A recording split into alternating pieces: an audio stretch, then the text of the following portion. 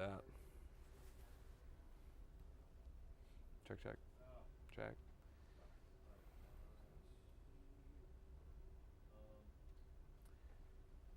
How did Fox 11 get out of doing anything today?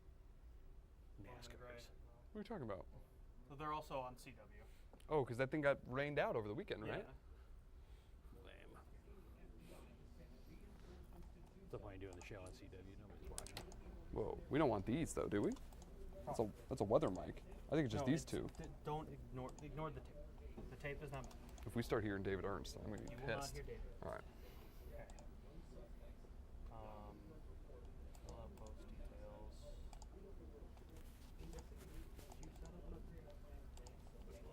Nah.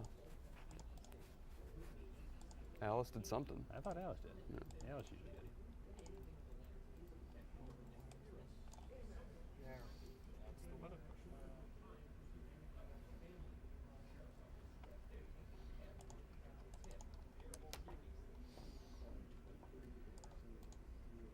Type in something. I don't know what you're talking about. We're going to talk about Brian Gutekunst. Brian Gutekunst talking? Yeah. You're going to talk about someone else talking? Packers GM. Brian Gutekunst talking. The team Where'd they go, Steve? breaks down Packers GM Brian Gutekunst's. Season-ending press conference. Is this too? I'll just put press conference. Yeah, I that's think fine. I think that gets too beefy. Schedule? Don't send anything yet. Why Put it not? on so once they're all set, use this mouse to move the slider across to put you up, and then hit go live, and you're already live. We're live already? On YouTube, yeah, nobody watched it on YouTube. I hope not. But hit go live on Facebook, send the push alert, and then By sending it, you click schedule. oh, it's not linking to a page, that's right.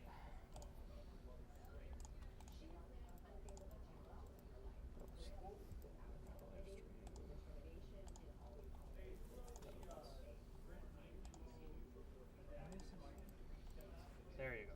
Okay. Yeah. So So what else do we have to do? Click live on Facebook. Don't send that one last, actually. Oh, Okay. Yeah. Well, click live on there, and then flip the slider. where's live? Go live. The which slider across the middle? In the middle of the screen. All right. Hopefully people can hear us. Whoa, that's a fade. I'm ready when you are. Let's do this. Yeah, I'll toss to you. Right? Yeah. Ooh, blur. Blur. Welcome to the weekly Packers chat. No Dave, because Dave is enjoying the Super Bowl and working hard out there in Santa Clara. So today I'm joined by the one and the only Joey Dubois, who is also in attendance today. GM Brian Gutekunst meeting with the media finally after the contract extension was done.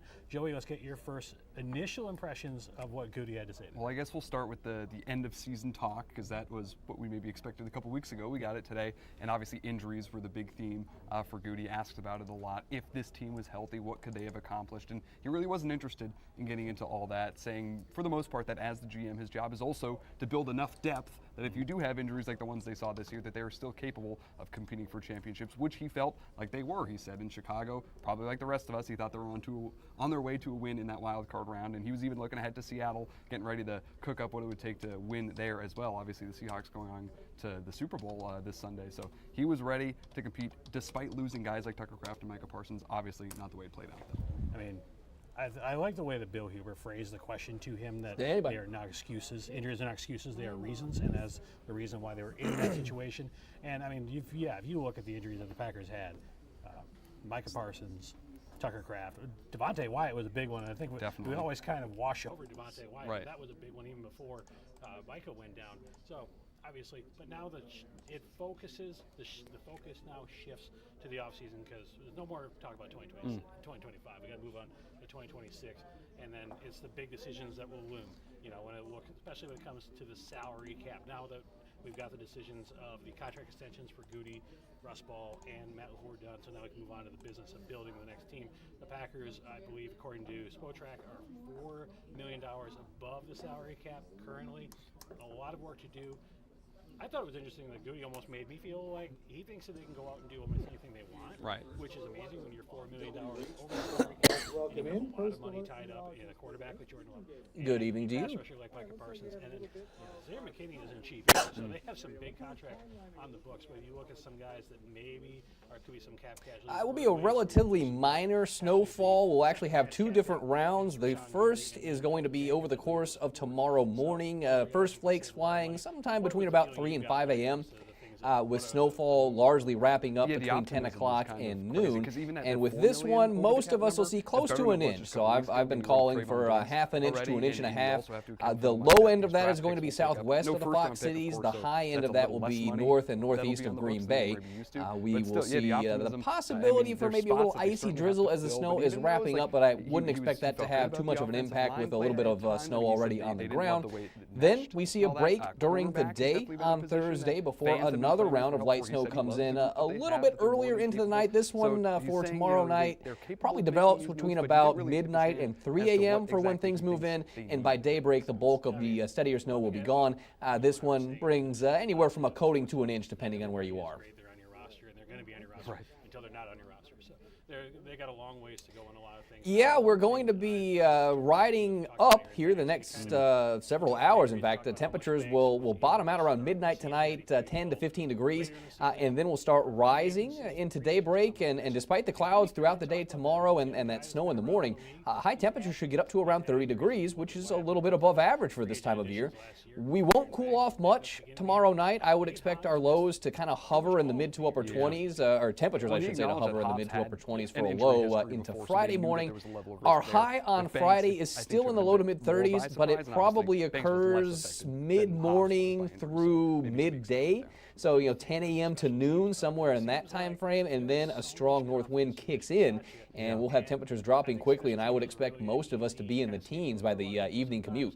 When it comes to, McManus missing kicks in Chicago, just special teams kind of, I want to say failures, but miscues and issues have not been anything new here in Green Bay. We do face or get into a pretty quick warm-up, yes, at least relatively so. Temperatures won't be setting any records, but we'll have high, we'll back it up. We'll have lows on Saturday morning close to 0.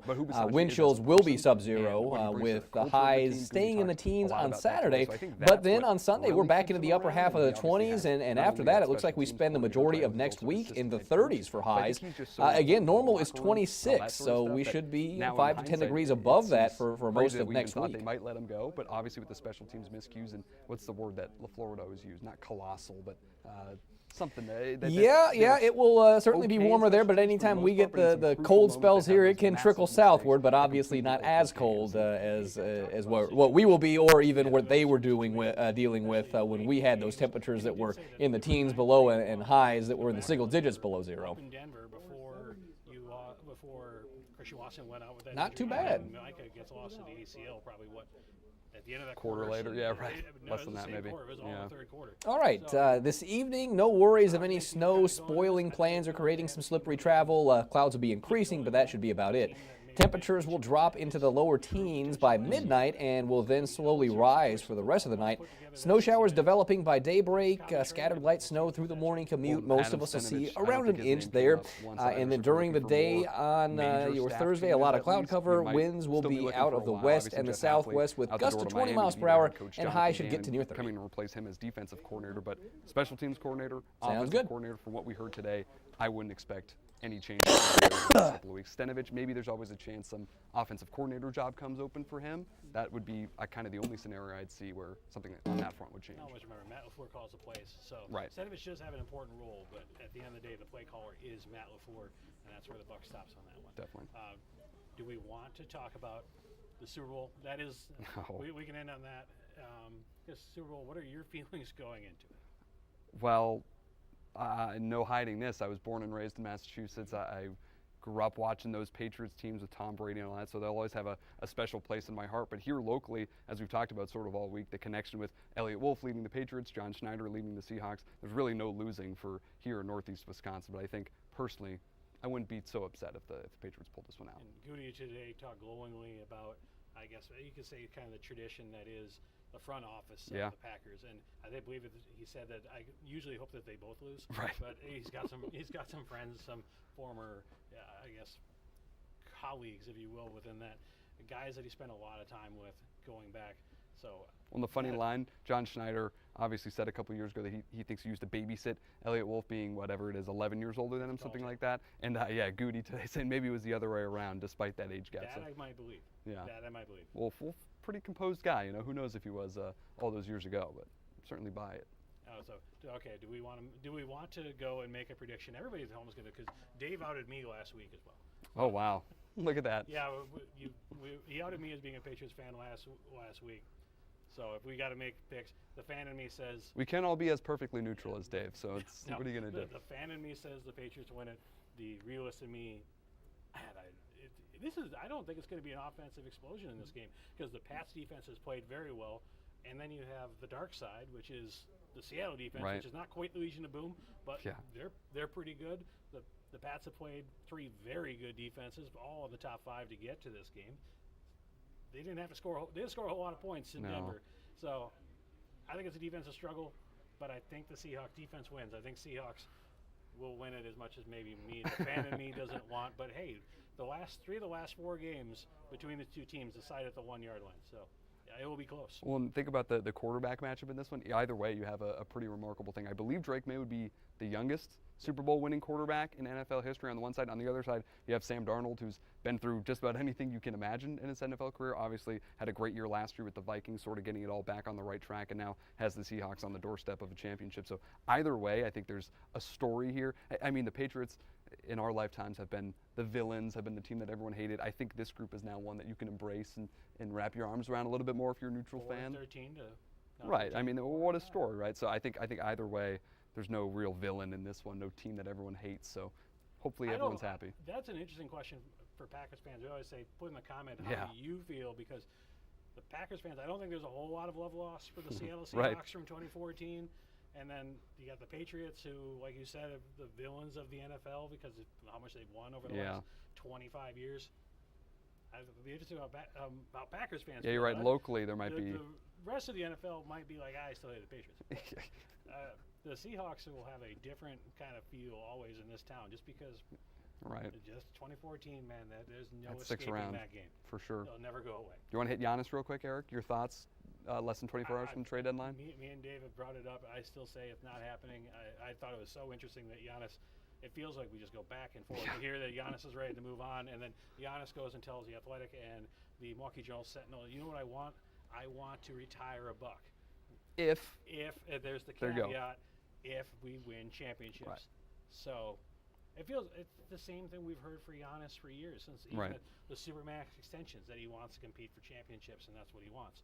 right now they feel a ways away from genuinely competing for a title, which muddies those waters a little bit when he says if those it gets things. done, it gets done in the summer. That's what I've stuck with. I don't think we're going to be here in what do we got? 22 hours, something like that. Yeah. I think it's the summer if he moves. That would be the best place. I'd still be surprised, but I think the Timberwolves are the team to watch. They've been making deals to get their ducks in a row to make this serious run after Giannis. If you're wondering, the Bucks have already played the Timberwolves twice this year, so the return to Milwaukee, if that did go down, would have to wait. That is until next season. Some of the other teams that are in the mix, I believe, do travel to Milwaukee. Teams like the Warriors and teams of that ilk would be in Milwaukee later on this season. So maybe just buy all the tickets now, just to make sure, just in case, have all your bases covered. The Bucks ownership would love it. Yeah, right. We are not sponsored, but just putting it out there. All right, I think we're going to wrap things up.